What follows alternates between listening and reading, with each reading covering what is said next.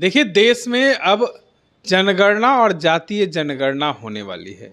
प्रधानमंत्री नरेंद्र मोदी ने इन तमाम मुद्दों पे जो है अपनी सहमति जता दी। वहीं राहुल गांधी ने कहा था कि हम ये जातीय जनगणना हो वो करा के रहेंगे।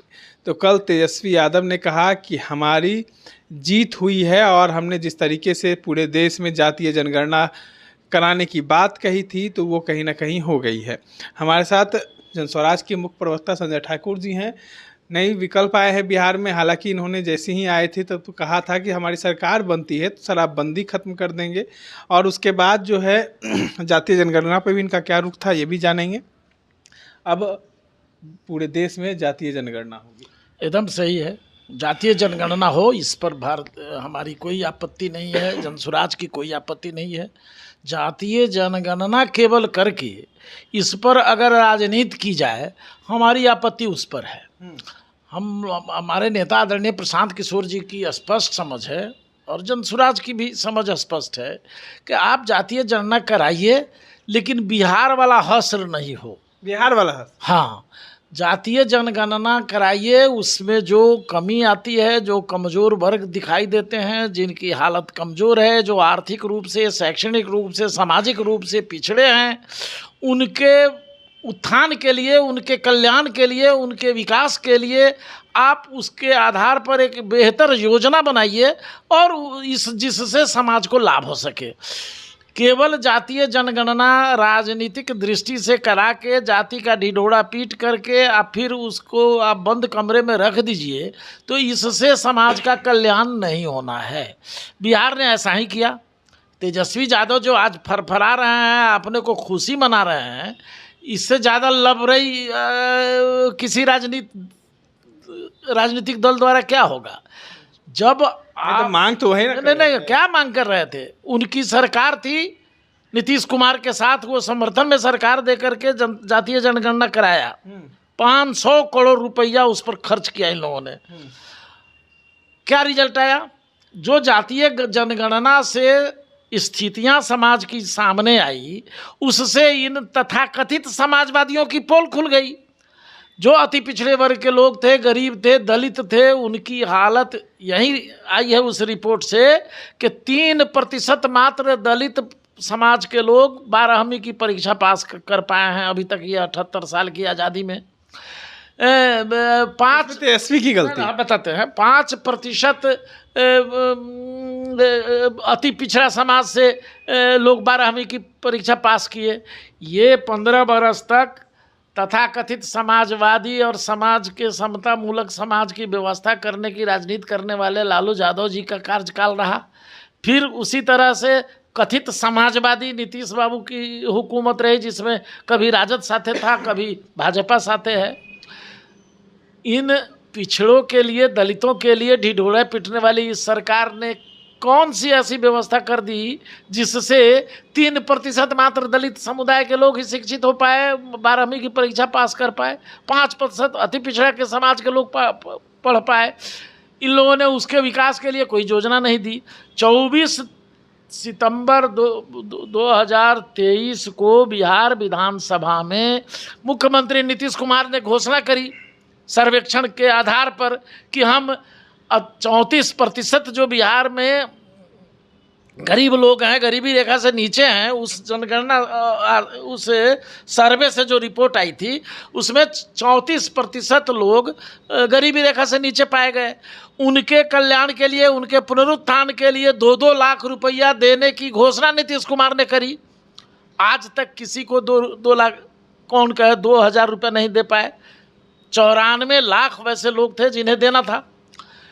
आपको मैं बताऊं कि दलित मिशन के तहत 50 लाख दलितों को 3 डिसमिल जमीन देनी थी। उनको, भूमिहीनों को जो घर बनाने के लिए ज़मीन नहीं है जिनके पास, उनको 3 डिसमिल सरकार देगी, या तो सरकारी ज़मीन देगी या खरीद के देगी। ऐसा नहीं हुआ। तो अगर जन सर्वे बिहार ने कराया और बिहार के सर्वे से जो परिणाम सामने आए, उस परिणाम के सुधार के दिशा में इन्होंने कोई काम नहीं किया। शिक्षा को बेहतर बनाने का कोई काम नहीं किया जिससे उन दलितों को, गरीबों को, अति पिछड़ों को बेहतर शिक्षा मिल सके। तो केवल सर्वे करा लेना तो ये यही ना साबित करता है कि ये राजनीति की दुकान चलाना था। नहीं तो तेजस्वी यादव तो कह रहे थे ना कि इस पर आरक्षण दीजिए, जिसको जितने हिस्सेदार जो भागीदारी उससे उतनी हिस्सेदारी। यही मेरा कहना है ना, जो तेजस्वी यादव अभी तक लोगों को बुड़बके बुझ रहे हैं बिहार के तो लोगों मांग को। रहे थे ना। नहीं अभी तक बेहुदे बनाएंगे ये। मांग तो रहे थे ना। 15 साल इनके बाबूजी माए ने मिलके बिहार के लोगों को बेहुदा बनाया। सत्ता से बाहर हो गए तो कैसे देंगे? इस सत्ता में थे ना तो उस समय लागू किया ही थे, तो मामला तो कोर्ट में चला गया। कहाँ लागू किए? वो आरक्षण देना मेरा सवाल यह नहीं है। आरक्षण बढ़ा देना बड़ी बात नहीं है। सवाल है जो आरक्षण किसके लिए बढ़ा रहे हैं। जिसके लिए आरक्षण बढ़ा रहे हैं वो शिक्षित है ही नहीं, वो आरक्षण का लाभ ले ही नहीं पाएगा। तो आप आरक्षण किसको बढ़ा रहे हैं साहब? बेहुदा किसको बना रहे हैं आप? अति पिछड़ा समाज को, दलित समाज को पहले पढ़ने का माहौल तो दीजिए, पहले उसको शैक्षणिक रूप से सशक्त तो बनाइए, तब ना आरक्षण का लाभ मिलेगा। आज जो आरक्षण मिला हुआ है बिहार के लोगों को, उस आरक्षण का तो लाभ उठाने की स्थिति में वो समाज है ही नहीं। मान लीजिए कि तेजस्वी यादव पढ़ाई नहीं तो तेजस्वी यादव ने लोगों को धोखा देने की बात की। आप तो शराब में डुबाने की बात कर दिए। हम शराब डुबाने की बात नहीं कर रहे हैं। तो सरकार बनने से पहले कह रहे कि शराब भैया मेरे सरकार, शराब में तो बिहार आज भी डूबा हुआ है। शराब बंद कहाँ है साहब? कागज में बंद है। शराब तो हर घर हर गली में मौजूद है, उपलब्ध है। फायदा किसको हो रहा है? 20-25 हजार करोड़ रुपया बिहार का नुकसान हो रहा है राजस्व का। और फायदा किसको हो रहा है? अधिकारी लूट रहे हैं, स्मगलर लूट रहा है, माफिया, शराब माफिया लूट रहा है। ये 25,000 करोड़ रुपया उन माफियाओं और अधिकारियों की जेब में जा रहा है। बिहार सरकार का खजाना खाली हो रहा है। तो ये कागज में बंद है, नंबर 1। नंबर 2, स्मगलिंग से शराब बिहार के गली गली में बांटे जा रहा है। नंबर 3, जहाँ शराब महंगा, ज़्यादा दाम के चलते बहुत सारे नौजवान ड्राई ड्रग के फेरे में पड़े हुए हैं। सूखा नशा, गांजा, अफीम, भांग, चरस जैसे नशाओं से बिहार के नौजवान बर्बाद हो रहे हैं। और उड़ता पंजाब जो सिनेमा आपने देखा था, वहीं लगता है फिर पंजाब में जो हालत है उड़ता बिहार हो जाएगा। और बिहार भी पंजाब के नक्शे कदम पर बढ़ रहा है। और इसके जिम्मेदार जितना लालू यादव जी हैं, जितना जिम्मेदार तेजस्वी जी हैं, उससे कहीं ज़्यादा जिम्मेदार नीतीश कुमार हैं और भारतीय जनता पार्टी है। सही कारण है कि बिहार सरकार ने सर्वे के बाद जो घोषणाएं की उसको अमली जामा नहीं पहनाया, जिसके खिलाफ में हमारे नेता आदरणीय प्रशांत किशोर जी 11 मई से पूरे बिहार में हस्ताक्षर अभियान चलाने की शुरुआत करी है सरकार के खिलाफ।